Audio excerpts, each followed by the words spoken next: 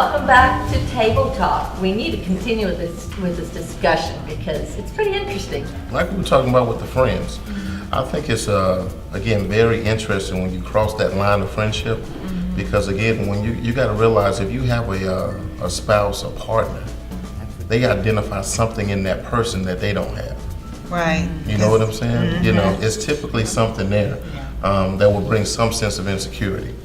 You know, because what are you seeing in her that you can't talk to me about? Right. You know, what are you seeing in him that you confide in him in?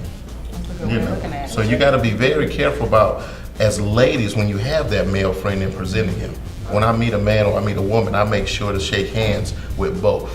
Right. You know, especially when you have a woman of prestige like all of you are. You know, if your man was here, hey, I need to shake his hand. I need to know that he is in, where his place is. Because, hey, men need that reassurance. But women do too, though. I mean, honestly, because we're probably the most jealous. I mean, guys, you guys are jealous too, but women, we are very jealous. So we need that reassurance also. Very true. I'm with my best friend, although we were just friends, and I knew that there was an attraction to him from me, and knew that it was one because I could feel it. You can feel and when there's an attraction. Like he said, like attracts like.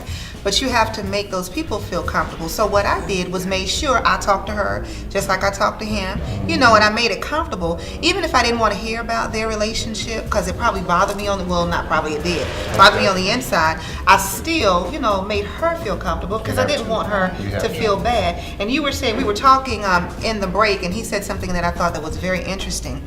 He said that when you're friends, your guard is down.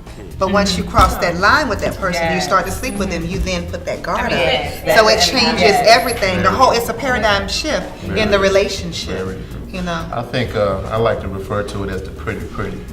When your man come around, you put the pretty on. You kind of stand out a little bit more. You're going to make sure certain things, because the relationship is in trouble. The pretty leaves, you know what I mean? But very true, Free. Very true. When it's your friend, you can lounge around in some jogging pants and a t-shirt, and it doesn't even matter, And we laughed about Toya passing gas in front of her partner. You pass gas in front of your best friend, but somebody that you really, care about, you won't do that, or you're trying to date. Well, what happens, Free, you know what happens? Like, we don't get it on the first date.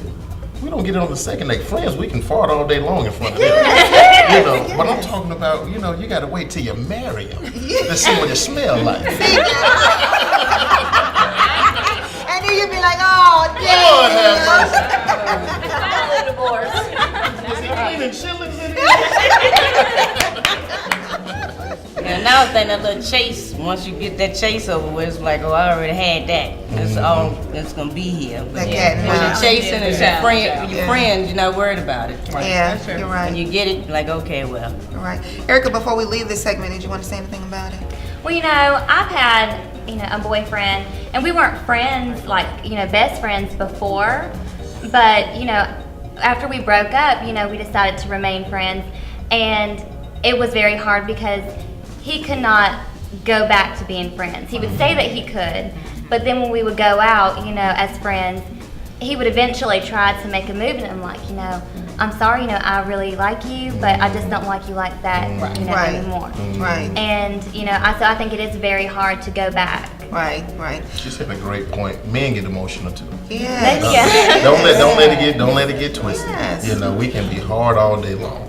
But men get emotional too with that. Me over in the corner talking about, man, I thought you knew me. Calling me partners. I did have a friend once before, and we did get together and cross the line. And we still remained friends. And it was like, okay, well, we did it, now what? And it was good, but it wasn't that good to keep doing it. We did that. Let's go back to being friends.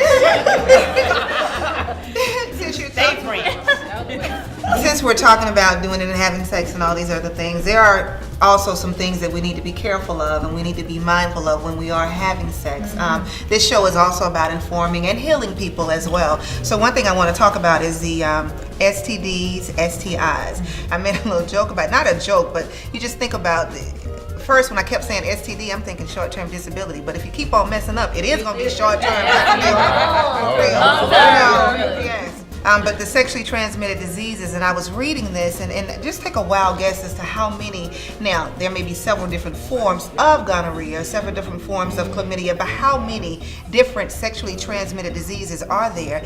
And that's not including AIDS. What do you think, ladies and gentlemen? Yeah. 45? I think it's hundreds. That's a lot. I have a friend that works for the CDC, and she tells me stories, and we like to share stories a lot of times. No comparison. No comparison. No comparison. There's actually 25. And there's 25 different sexually transmitted diseases, but now that's not including different forms of. So you may have 100 because you have several different forms of gonorrhea.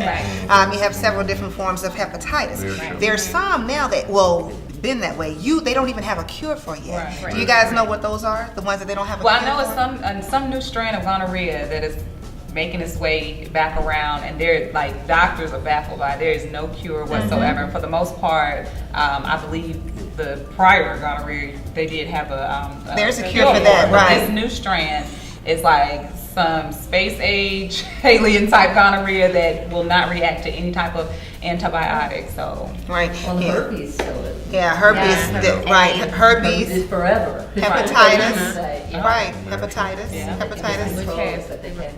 15 million people report sexually transmitted diseases every year. 15 million people. Now that's adults. When they started looking at the adolescents, it was 19 million a year. And these are teenagers and persons, and when you say adolescents, that's anybody that's able to have sex. Because they're starting earlier and earlier and earlier. That's right. So I think that we have to inform our children, let them know, stop trying to hide it and cover it up like our parents did, and start letting them know, listen, this is what you can get. You know, make them sit down. Look at that video. It's some stuff on there that'll make you, okay, I'm good, I don't need to have sex, I can pleasure myself.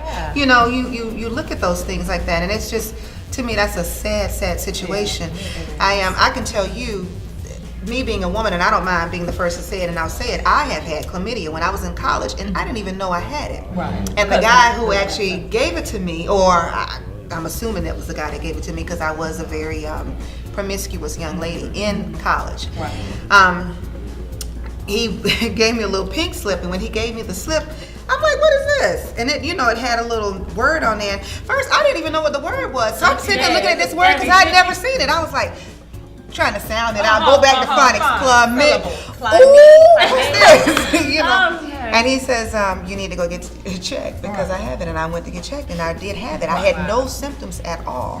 So, you think about it. Dormant. Yes. Most of those diseases for women that lay very dormant. Yes, Syphilis yes. too. You can be blind. I mean, when I worked for disability, we had a man who was blind because he never got treated. Very true. We're going to take a break real quick, and we're going to come back. I don't know if y'all want to eat chocolate after we're talking about all these sexually transmitted diseases that turn to short-term disability. But we'll be right back. Ryan, take us out. African